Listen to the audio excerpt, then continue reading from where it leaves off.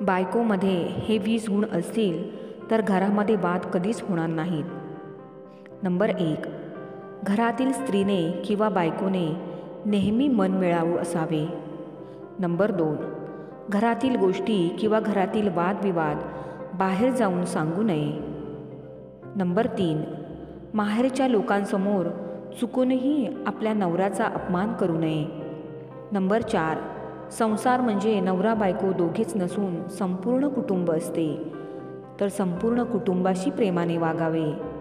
Number 5. सासरमधील वडीलधाऱ्या लोकांना उलट उत्तर देऊ नये व त्यांच्यासमोर उर्मट वागू नये. नंबर 6. जर नवरा कमी कमवत असेल तर त्याला समजावून घेणे व सुखी संसारासाठी ॲडजस्टमेंट करणे खूप गरजेचे आहे. नवरा बायको दोघांनीही जे असेल त्यात समाधान मानून सुखी संसार करावा. नंबर 7.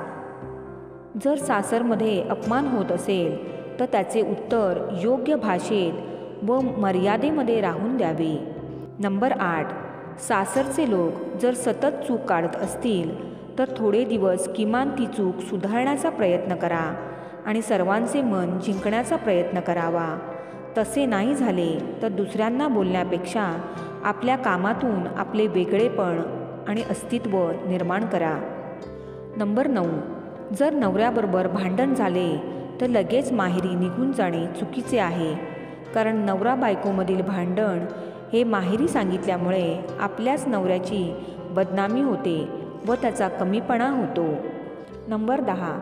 आपल्या घरातील सासू सासरे, दीर जाऊ, नणंद आणि इतर कोणतेही नातेसंबंधांची बाहेर जाऊन निंदा करू नये. नंबर 11. नवरा जर रागात असेल त्यावेळेस बायकोने शांत राहणे योग्य असते, त्यामुळे भांडण हे जास्त लांबत नाही. सासर म्हटलं तर स्त्रीने समजूतदारपणाने घेतलेच पाहिजे. नंबर 12. जर तुमच्या नवऱ्यावर एखादे मोठे संकट आले तर नवऱ्याच्या पाठीमागे खंबीरपणे तुम्ही बायको म्हणून उभे राहिले पाहिजे, त्याला आधार दिला पाहिजे, समजून घेतलं पाहिजे. नंबर 13. प्रत्येक स्त्रीला जबाबदाऱ्या सांभाळून छंद आणि स्वतःचे कर्तृत्व याकडे लक्ष देता आले पाहिजे. नंबर 14. सासरच्या लोकांना शहाणपण शिकवण्याचा प्रयत्न करू नये. 15. स्त्रीने मी स्वतःबरोबर दुसऱ्यांच्या आनंदात भर कशी पडेल यासाठी प्रयत्न केले पाहिजे. नंबर 16. सुखी संसार हवा असेल तर लहान सहान तक्रारी करू नयेत. नंबर 17. आपल्यामुळे घरात भावाभावामध्ये किंवा बहीण भाऊमध्ये किंवा मायलेकांमध्ये भांडण होईल असे वर्तन ठेवू नये. नंबर 18.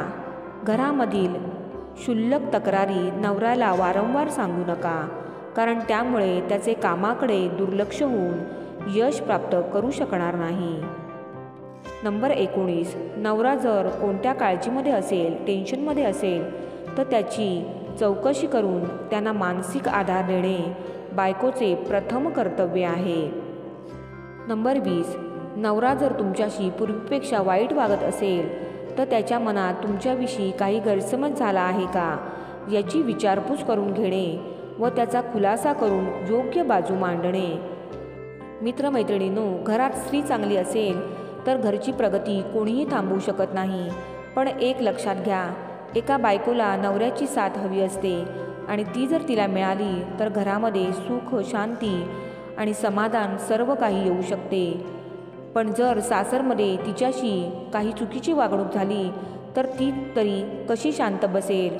म्हणून बायकोत काही चांगले गुण हवेत अशी प्रत्येक नवऱ्याची अपेक्षा असते, तशीच प्रत्येक बायकोचीही अपेक्षा असते की आपल्या नवऱ्यात काही तरी चांगले गुण हवेत. या व्हिडिओमधील एखादा विचार जर तुम्हाला पटला नसेल तर माफी असावी, आणि हा व्हिडिओ जर तुम्हाला आवडला तर त्या व्हिडिओला एक लाईक नक्की करा आणि असेच नवनवीन व्हिडिओ पाहण्यासाठी माझ्या चॅनलला सबस्क्राईब करायला विसरू नका. Thank you friends. Thank you universe.